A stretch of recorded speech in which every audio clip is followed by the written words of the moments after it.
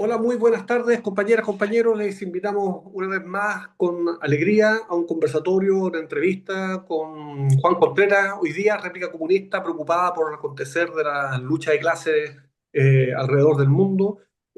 Somos un colectivo internacionalista situado en Chile desde Latinoamérica, pero internacionalista sin ninguna duda y por eso hoy estamos muy preocupados, inquietos, solidarios con la situación que está atravesando nuestro hermano pueblo venezolano.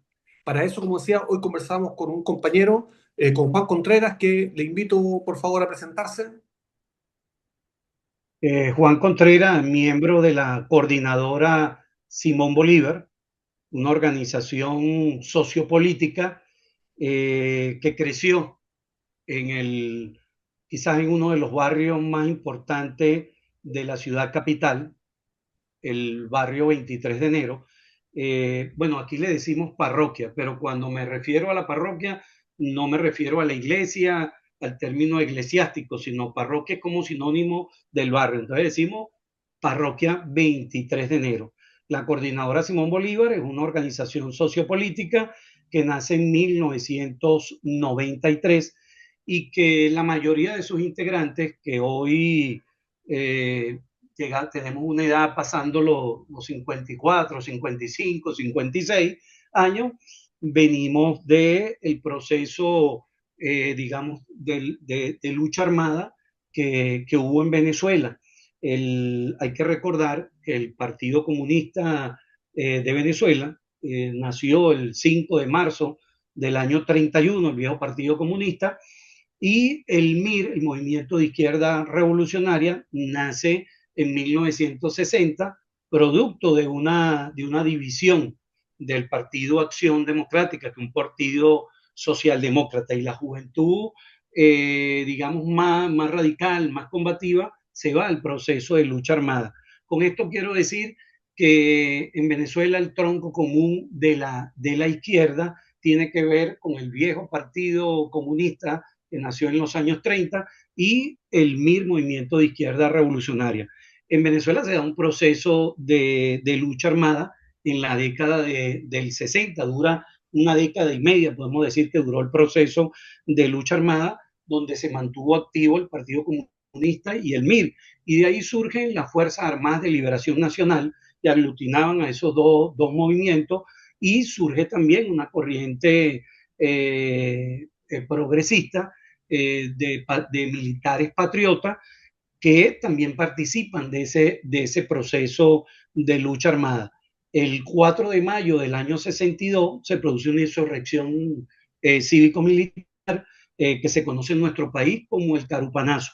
Y el 2 de junio del año 62, también unos meses después, se produce el Porteñazo. El Carupanazo es en el estado Sucre, el Porteñazo es en el estado Carabobo, en Valencia, y esos militares que se levantaron junto a la izquierda venezolana en ese momento, muchos de esos militares terminaron siendo jefes guerrilleros y participando con esa guerrilla que se mantuvo casi una década y media. En el año 1966, en el 65, el Partido Comunista de Venezuela llama al repliegue táctico y dice que la lucha armada ha fracasado. De ahí, en el año 1966, se forma el PRB, el Partido de la Revolución Venezolana, liderizado por Douglas Bravo. A mi juicio, quizás después de la muerte del Che Guevara en Bolivia en el año 67, el 8 de octubre, el guerrillero más connotado, más conocido en América Latina fue Douglas Bravo. Era una organización político-militar que tenía un brazo abierto que se llamaba Ruptura y un periódico que se llamaba Ruptura.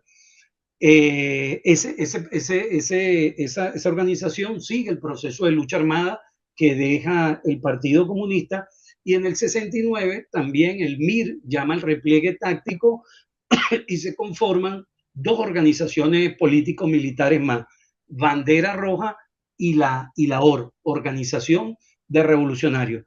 Bandera Roja es la organización político-militar, es el partido Bandera Roja, que tiene tres brazos, digamos, para captar la cantera de militantes o los cuadros más avanzados en el seno de nuestro pueblo, y crea esos tres brazos que son los CLP, Comité de Luchas Populares, los CLER, Comité de Luchas Estudiantiles Revolucionarias, y los CLOT, Comité de Luchas Obreras, y un periódico que se llama ¿Qué hacer? Y por otro lado se forma la Organización de Revolucionarios, que tenía un periódico que se llamaba Basirruque, y se crea la Liga Socialista como un brazo abierto para captar militantes, cuadros revolucionarios, para incorporarlos a la lucha armada. Esas son las tres últimas organizaciones. Bueno, y también Punto Cero, fue un grupo de compañeros revolucionarios venezolanos y revolucionarias que constituyeron el Ejército Revolucionario del Pueblo, fueron entrenados en Cuba, y que la policía política los bautizó Punto Cero, digamos como para decir, bueno, que fue en Punto Cero donde ellos se formaron, allá en Pinal del Río, en Cuba, y fueron los últimos rezagos de ese proceso de lucha armada. ¿Por qué me refiero a esto? Porque quienes conformamos en el año 1993 a la coordinadora Simón Bolívar como una organización sociopolítica en uno de los barrios, digamos, más importantes, un barrio que tiene aproximadamente 160 compañeros y compañeras asesinadas entre el año 58, año que cae la dictadura de Marco Evangelista Pérez Jiménez, un general de brigada, y el año 1998, cuando a través del voto popular llega al gobierno, gana las elecciones en ese momento, el 6 de diciembre del año 98, el comandante Hugo Chávez. Entonces, retomando el tema, lo que quiero decir es que parte de mi generación venimos de esas cuatro organizaciones de experiencia político-militares, y se crea la coordinadora Simón Bolívar para insertarnos en el trabajo social, en el trabajo popular, en los liceos, en la fábrica, en los barrios, en la ciudad capital y por supuesto en todo el país. Y crecemos con una premisa fundamental, lo que es la construcción del poder local, y trabajada, digamos, con tres líneas tácticas.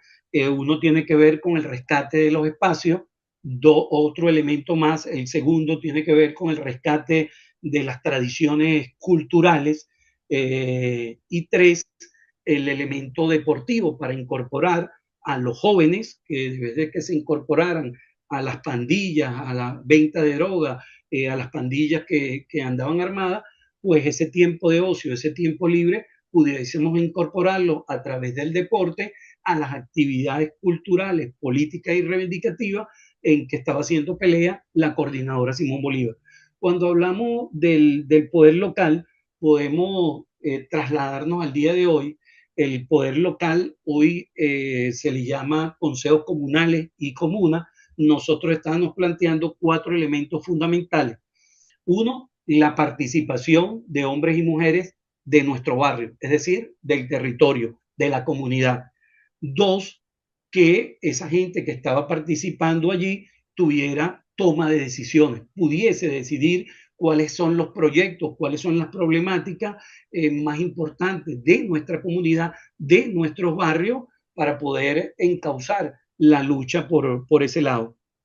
Tres, el manejo de los recursos. Es decir, no solo desde el estamento político podía manejar recursos, que quizás las alcaldías se convierten, son estructuras de la colonia, es una deuda que hoy tenemos la revolución, aún con eso, y el manejo de eso pues llevaba primero a diseñar desde una oficina con aire acondicionado cuáles son los principales problemas de la comunidad sin vivir en la comunidad, y lo otro que manejaban los recursos. Entonces, ese tercer elemento importante para nosotros tenía que ver con el manejo de los recursos. Y un cuarto elemento tiene que ver con la construcción de políticas públicas desde abajo. Por esos cuatro elementos estábamos peleando nosotros cuando decíamos que teníamos que hacer el poder local, convertir nuestro espacio territorial en un pequeño poder local. que tenía que ver a su vez también con que cuando se vaya el proceso electoral, nosotros pudiésemos tener al concejal y pudiésemos también tener al diputado, que respondan a los intereses directamente desde el territorio, desde el barrio, pudiésemos decir también desde las zonas rurales con nuestros campesinos, desde nuestras zonas indígenas, también con nuestros indígenas. Esa es una pelea que comienza a dar la coordinadora en ese sentido. Y cuando hablamos del rescate de los espacios, estamos hablando de espacios que a partir de que terminó el proceso de lucha armada, muchos de esos espacios de los barrios caraqueños, porque en Venezuela hubo una década pues, de lucha armada, del 60 al 70 y un poquito más hasta el año 75, bueno, nuestros barrios fueron bastión de la lucha guerrillera urbana, así como lo fueron las zonas rurales. Bueno, esa guerrilla también estuvo en el 23 de enero y nosotros qué tratamos de hacer, constituimos la coordinadora para seguir luchando, pero insertados en el territorio con la comunidad. Y cuando hablamos de ese rescate de los espacios, retomando el tema, estamos hablando de espacios que cayeron en manos de la delincuencia, donde vendían droga, donde se fueron convirtiendo en pequeñas, digamos, microempresas de tráfico de droga, y comenzó en el 23 de enero, desde ese entonces hasta el día de hoy, una lucha histórica contra el narcotráfico, que fue en un momento de esos 40 años apoyado por la policía política, la DICIT, el Departamento de Inteligencia de la Seguridad Interna y Prevención, y el DIN, el Departamento de Inteligencia Militar, como una forma para acallar a la juventud del barrio 23 de enero, que estaba protestando todos los días, que estaba en la calle protestando contra el agua, que estaba protestando contra los servicios públicos, que estaba solicitando la libertad de los compañeros que habían caído la noche anterior presos, o algunos que estaban presos en el cuartel San Carlos por participar en alguna de estas organizaciones político-militares de las que he comentado en este momento. Y ese rescate de los espacios tenía que ver precisamente con recuperar los espacios para la comunidad, para el disfrute de nuestros niños, para el disfrute de nuestros niños, de nuestros adultos mayores, del deporte, para que esos espacios se integrara la comunidad en las actividades que se venían organizando de lucha social en el barrio. El segundo elemento tiene que ver que utilizamos la cultura como un puente de comunicación con nuestra comunidad. Nosotros utilizamos manifestaciones mágico-religiosas, culturales y populares que tienen que ver con nuestra identidad como pueblo. La Cruz de Mayo, el Sangueo de San Juan, la Paradura del Niño, entre otras. La Cruz de Mayo tiene que ver con que nuestros campesinos de la costa le pedían al dios lluvia que lloviese para que diese buena cosecha. Nosotros decíamos, hay que pedir en estos tiempos mantener nuestra reafirmación como identidad y esta manifestación mágico-religiosa, cultural y popular, pero hay que cambiar cosas. Caracas quizás está un poco, digamos, mal diseñada desde el punto de vista arquitectónico y eso, y cuando llueve lo que trae son tragedias, muere la gente de los barrios, se caen las casitas humildes. Entonces nosotros decíamos, hay que pedir que vengan nuevos tiempos, por el cese a la represión, porque nuestra lucha pueda avanzar, y por supuesto que se creó un debate entre los cultores que eran devotos de esta manifestaciones con mágico, religiosa, cultural y popular, porque ellos decían, bueno, estos comunistas, estos guerrilleros, ¿cómo estos comunistas nos van a venir a decir a nosotros cómo hacer las cosas? Lo cierto es que fuimos avanzando en ese sentido y fuimos masificando cada una de estas expresiones culturales. El sangueo de San Juan tiene que ver con que se es devoto al santo San Juan Bautista, la gente también tiene toda una historia de lucha de nuestro pueblo, de nuestros negros esclavos, y la gente le bailaba al santo pidiéndole nuevos tiempos, pidiéndole cosas buenas. Se lleva al santo desde el barrio hasta la iglesia y de la iglesia de nuevo al barrio y se produce toda una fiesta popular. Y la paradura del niño tiene que ver con nuestras regiones andinas, nuestros estados andinos, Barinas, Táchira, Mérida y Trujillo. Se va el 2 de febrero, es el día de la Candelaria, se quita el niño Jesús que se pone en diciembre, la gente va tomando una chicha que le dicen chicha andina, que si se fermenta es como si te estuvieses tomando unos grados de alcohol de alguna bebida, pero todas son manifestaciones religiosas y culturales que nosotros ayudamos a que se masificara, a tratar de que la gente las conociera y que eran manifestaciones mágico-religiosas, culturales y populares que la gente de la urbe, los que se vinieron del campo a la ciudad y poblaron la ciudad, buscando qué calidad de vida. ¿Y qué es calidad de vida? Educación, salud, vivienda, alimentación, trabajo, esos elementos fundamentales, y se trajeron sus manifestaciones mágico-religiosas, populares y culturales al barrio. Y entendiendo esa realidad, porque nosotros no escapamos a esa realidad, porque en el caso mío, por ejemplo, mi madre es oriental, entonces todas esas manifestaciones fuimos creciendo al calor de las luchas que se libraban en el 23 de enero.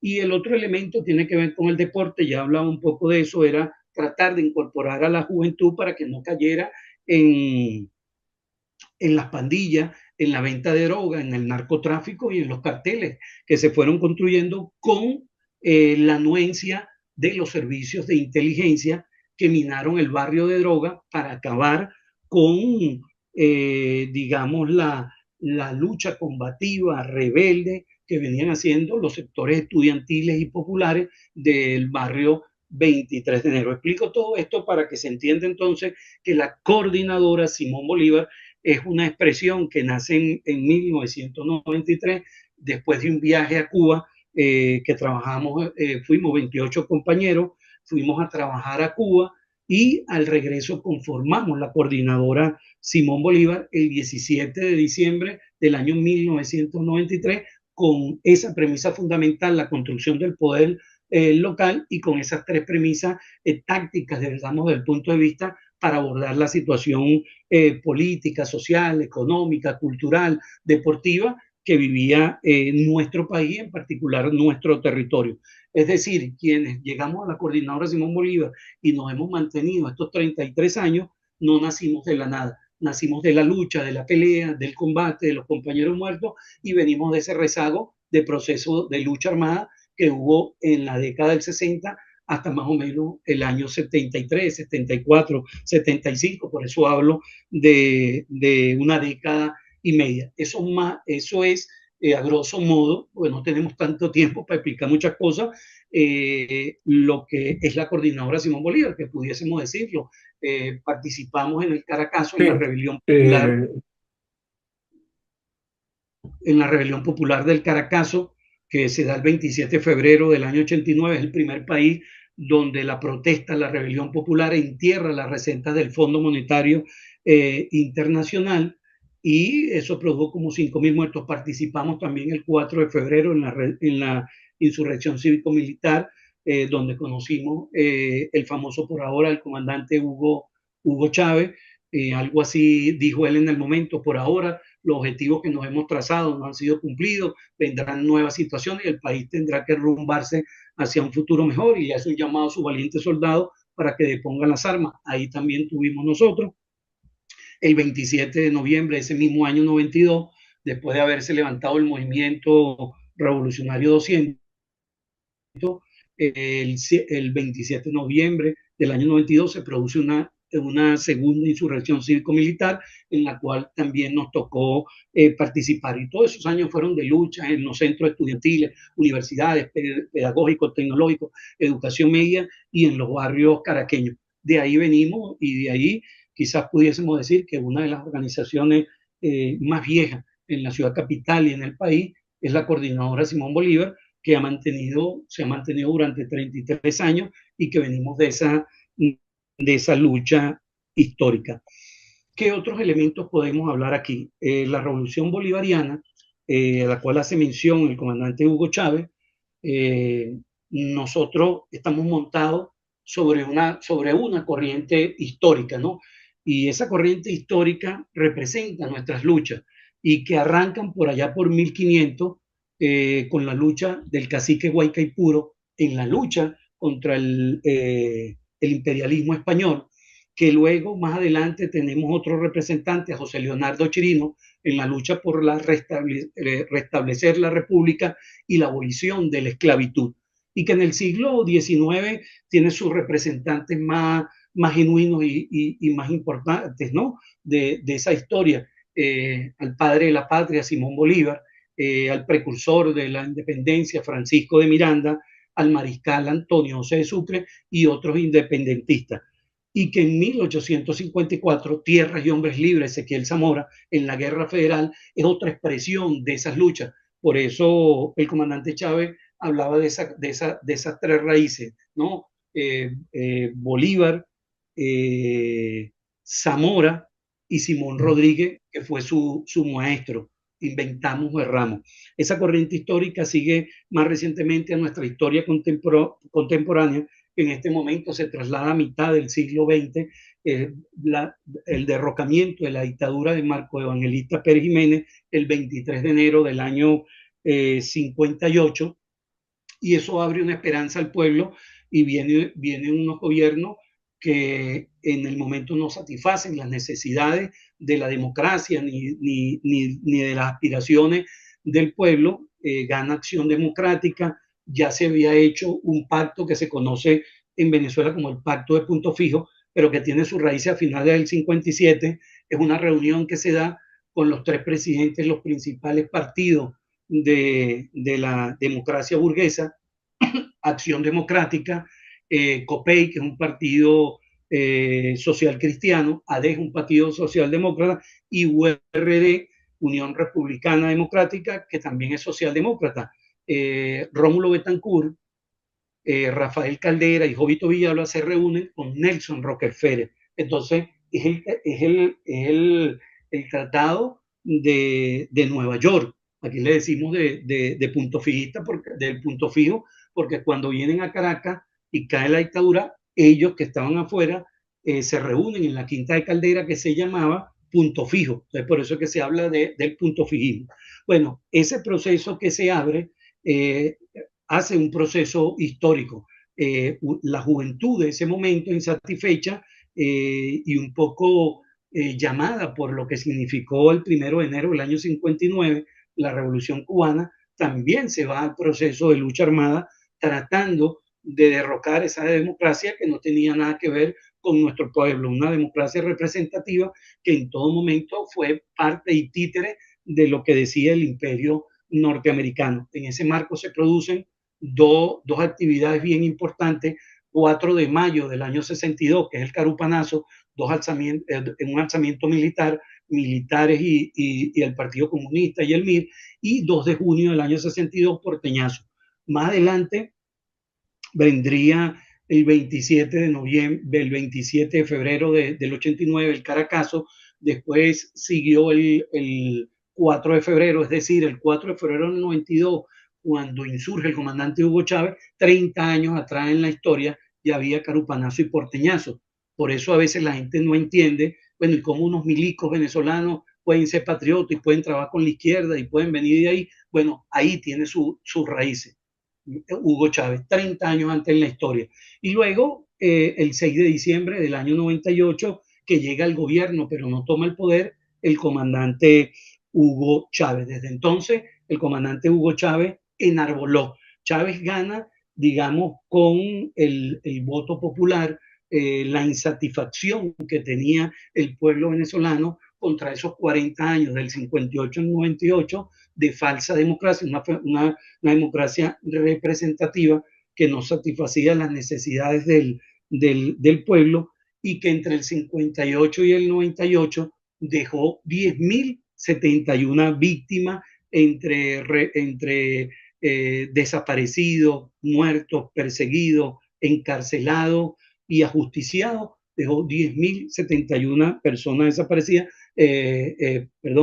afectadas por todo lo que fue el régimen punto fijista, y la gente vota definitivamente, la mayoría, un 56% gana el comandante Hugo Chávez el 6 de diciembre del 98.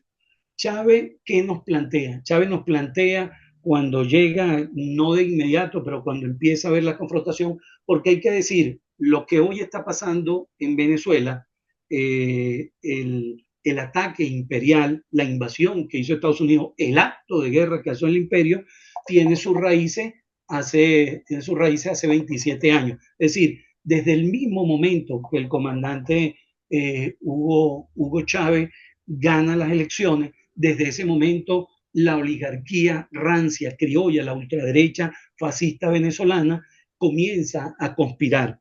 Y es el yerno de Rafael Caldera que salía del gobierno, Rafael Caldera, que fue el último presidente de esa falsa democracia, para que entrara el comandante Chávez, el jefe del ejército en ese momento era el yerno de Rafael Caldera y quería darle un golpe a Hugo Chávez y no reconocer el proceso electoral. Rojas Pérez. Más adelante, después de ese incidente, vino el 11 de abril del 2002 un golpe de Estado patrocinado en el norte, auspiciado internamente por esos sectores fascistas de la ultraderecha, fueron acompañados por el imperio norteamericano y por el Estado español. La banda presidencial que se puso Carmona el Breve fue hecha en España y la trajeron desde España. Eso es 2002.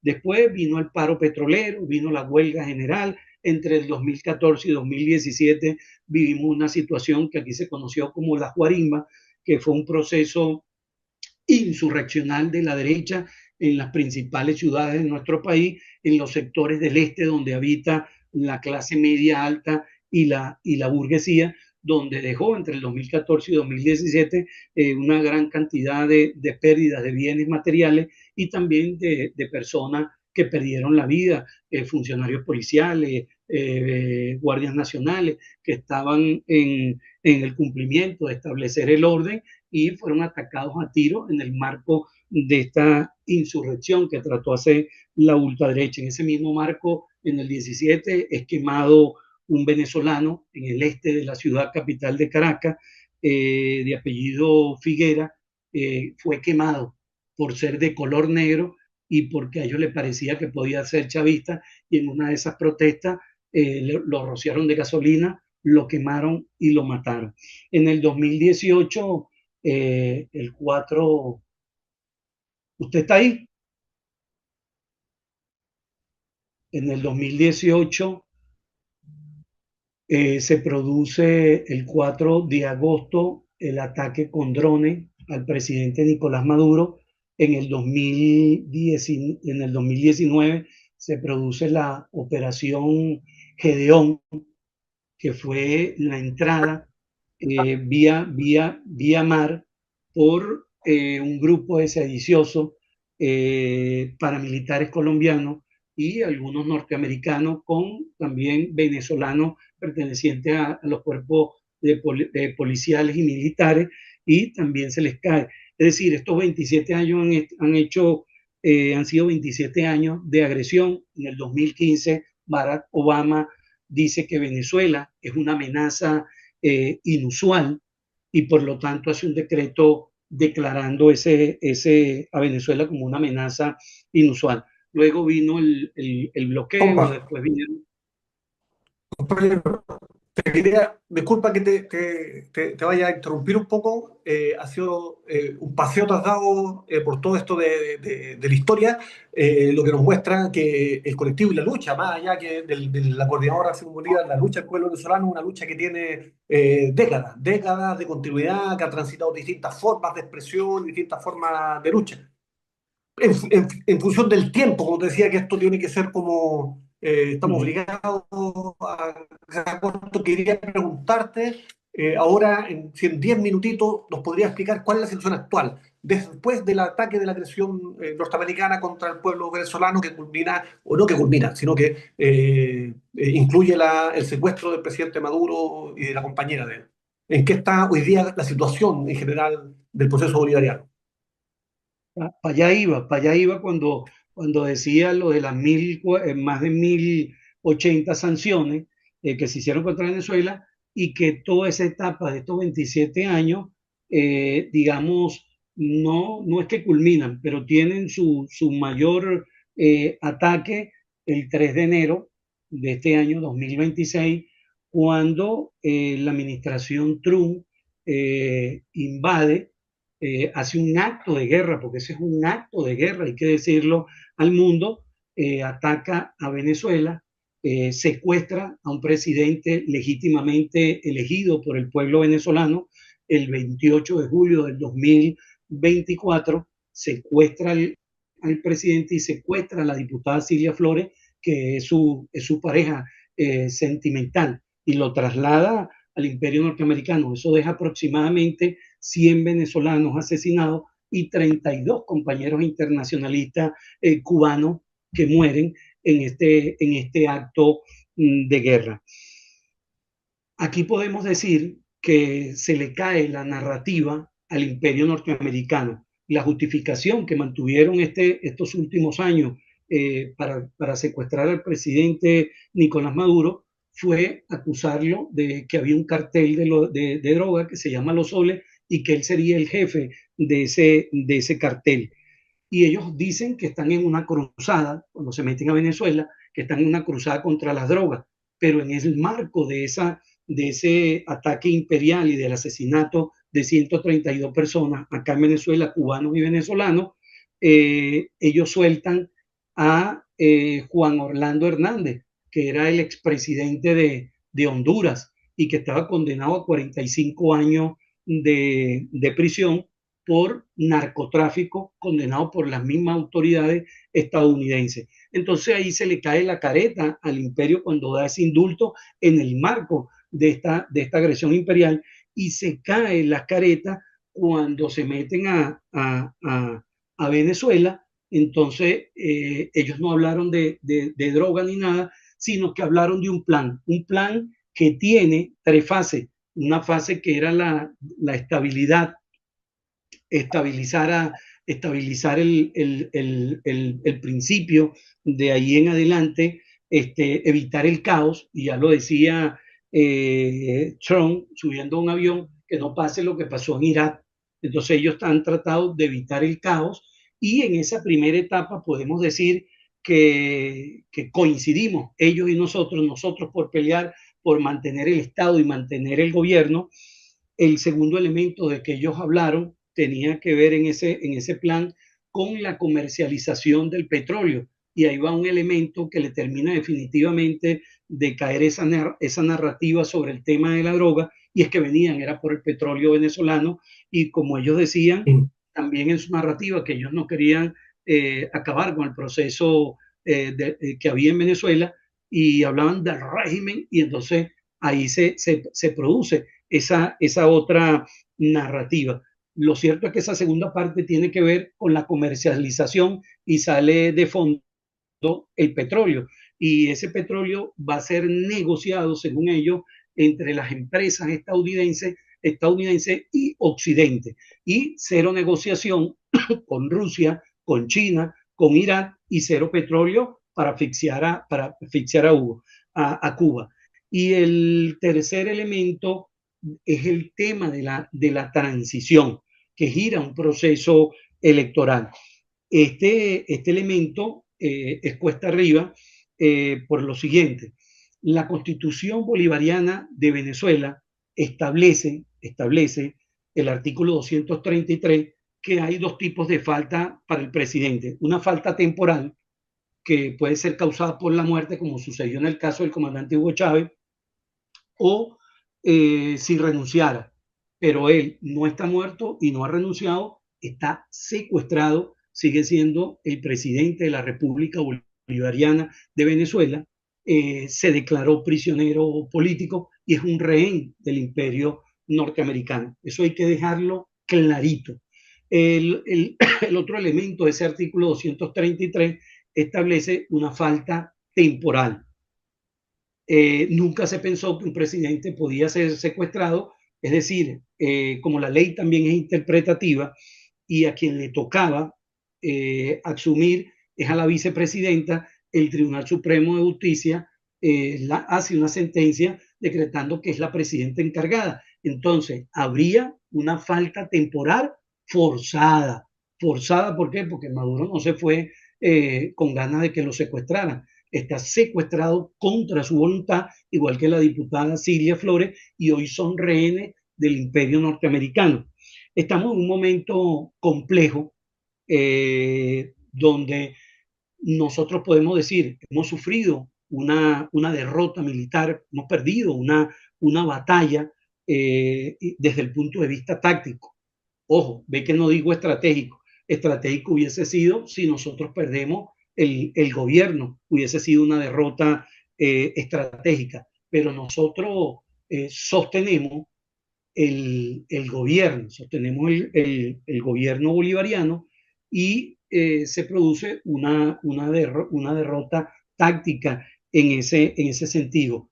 Eh, el poder constituido, el poder constituido que tiene, digamos, el tema de la diplomacia, tiene que ir a una mesa a negociar, tiene que ir a una mesa a tratar de ver cómo rehacemos esa derrota militar que tenemos. Hoy, bueno, ellos están haciendo lo imposible para tratar de recomponer nuestro tejido social, para seguir dando la pelea tanto en el campo diplomático como el que estamos, y podemos decir que nosotros tenemos en este momento comprometido una de las tareas fundamentales, que es luchar por recuperar nuestra soberanía, que se ha visto afectada a raíz de este incidente, y el marco, digamos, de los acontecimientos que hay del 3 de enero hacia acá tienen que ver con esa derrota militar que hemos sufrido. Ahora, el pueblo, el poder constituyente, puede seguir avanzando. El pueblo constituyente tiene herramientas para seguir luchando por construir lo que el comandante Hugo Chávez nos planteó al pueblo venezolano, y es el camino que escogimos hace 27 años, cuando el 6 de diciembre del año 98 votamos por el comandante Hugo Chávez. Y ese proyecto ha sido la construcción del Estado comunal. Tenemos que seguir desarrollando las comunas, los consejos comunales, tenemos que seguir haciendo el trabajo en el territorio, no solo el trabajo político, social, económico, reivindicativo, el productivo dentro de las comunas y los consejos comunales, para darle paso al Estado comunal como la vía para construir el socialismo bolivariano. Y ves que digo socialismo bolivariano, tiene nombre y apellido, y lo dijo el comandante Hugo Chávez. Estamos en este proceso que no es nada fácil, que es complejo, pero tenemos tareas importantes. Una, el tema de la soberanía. Dos, el rescate del presidente Nicolás Maduro, que es el presidente legítimo de Venezuela y que fue escogido para un periodo presidencial de 6 años, como lo establece la Constitución. Es un rehén del imperio norteamericano. Tres, tiene que haber la estabilidad económica. Tenemos que buscar la estabilidad económica con el aumento de salario, de las pensiones, digamos, estabilizar todo nuestro proceso que se ha visto atacado, nuestra moneda, y saboteado por una guerra económica que no ha parado. Otro elemento importante tiene que ver con ese mismo que hablaba, mantener el Estado y el gobierno en estabilidad. Hasta ahora quien ha marchado, quien se ha movilizado en el país son los factores revolucionarios, exigiendo una de las tareas fundamentales, el rescate del presidente Nicolás Maduro y la diputada Cilia Flores. Y el quinto elemento tiene que ver con la seguridad. Es decir, el artículo 326 establece que la seguridad interna del país es corresponsabilidad del Estado y los ciudadanos.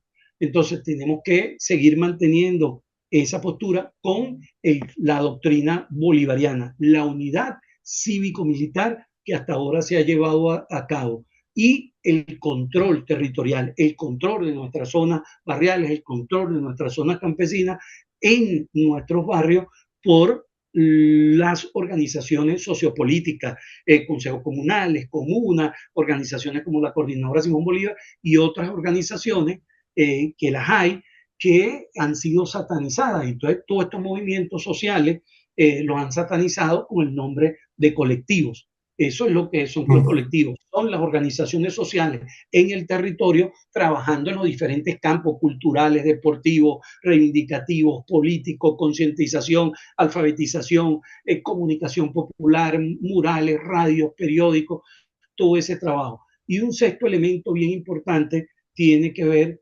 con ese amor y esa solidaridad que tenemos que seguir brindando al hermano pueblo de Cuba. Esa es la realidad. Hoy en Venezuela es compleja, pero aquí hay un pueblo que sigue desde abajo construyendo. En este mismo instante se ha constituido el Frente Popular Antiimperialista para hacer lo que tiene que hacer el pueblo constituyente, movilizaciones, desarrollo de la conciencia, seguir resistiendo desde el barrio con lo cultural, con lo político, con las luchas que tenemos que dar y la solidaridad internacional a los pueblos que siguen resistiendo, como hoy Irán, como el Líbano, como Palestina, que lo que hay en marcha es un genocidio, y por supuesto Cuba, que sigue siendo para todos los latinoamericanos, para toda nuestra América, lo responsable de decir que la solidaridad es la ternura de nuestros pueblos. Y el pueblo cubano se ha entregado desde hace mucho tiempo, desde hace más de 60 años, a la causa social de nuestra América y el mundo. Entonces, hay una posibilidad de seguir avanzando en el marco de esta agresión, de esta invasión que ha hecho el imperio norteamericano y que es un acto de guerra. Y que hoy, digamos, pudiésemos decir, la contradicción en ese sentido es entre la doctrina bolivariana y la doctrina Monroe que nos quieren implementar ellos, que es una doctrina de 1823, una doctrina de la colonia. Quieren convertir a Venezuela y a nuestra América y a parte del mundo en colonias para ellos, en protectorado, convertir para ellos manejar nuestros recursos, para llevarse nuestros recursos energéticos. Y en ese marco, hay que decirlo, ha habido una guerra no convencional contra Venezuela, una guerra que en el aspecto económico, el bloqueo, las medidas unilaterales y coercitivas, el ataque a nuestra moneda, y de allí la guerra híbrida, la guerra multiforme y la doctrina de guerra multidominio y mosaico, que fue la que nos aplicaron, que tiene tres elementos fundamentales: la tecnología, la información y la coordinación. Fue lo que le hicieron a Irán antes de este ataque, de esta guerra que están llevando a cabo inhumana contra ese hermano pueblo y la revolución islámica. Y también, hay que decirlo, utilizaron una línea táctica militar que es la de descapitar a los objetivos importantes para ellos desde el punto de vista político y militar, y en ese sentido trataron de quitar la cabeza del proceso, que es al presidente Nicolás Maduro. Lo que ellos no entienden, que el problema no es Nicolás Maduro, el problema no es el comandante Hugo Chávez, el problema es un pueblo que decidió hace 27 años, echó a andar este proceso revolucionario, que es la revolución bolivariana, y que queremos seguir avanzando y consolidando la revolución bolivariana. Compañeros, hemos tenido algunos problemas de conexión, se me cae la conexión, no está como muy estable, he podido seguir la conversación, la exposición de una manera muy interesante, enriquecedora. Lo que te quería proponer es si yo tengo que arreglar aquí qué es lo que está pasando. Me parece que queda mucho por conversar. Si podríamos quedar después por interno, nos ponemos de acuerdo en otra sesión para continuar conversando, porque se nos abren preguntas, se nos abren cuestionamientos, muchas inquietudes, y quisiéramos profundizar, sobre todo para informar a la enorme cantidad de gente que solidariza con el proceso bolivariano y que no acepta bajo ningún punto de vista la agresión norteamericana, la agresión imperialista que hoy día se desarrolla también en otras partes del continente. Sí, sí, no hay problema, y es importante que la gente entienda lo que hoy está pasando aquí, porque muchos pudiesen decir, no, es Venezuela, Cuba, Irán, que es lo que prometió Trump. No, es contra toda nuestra América, vienen por nuestra reserva energética y nadie está a salvo. Así que hoy la lucha, más que nunca, hay que continentalizar la lucha de nuestra América y del mundo. Y ese sentido de solidaridad y de internacionalismo proletario hay que ponerlo a prueba en estos momentos difíciles y que todos entiendan que la lucha de Venezuela no es la lucha de Venezuela, es la lucha de nuestra América en este momento.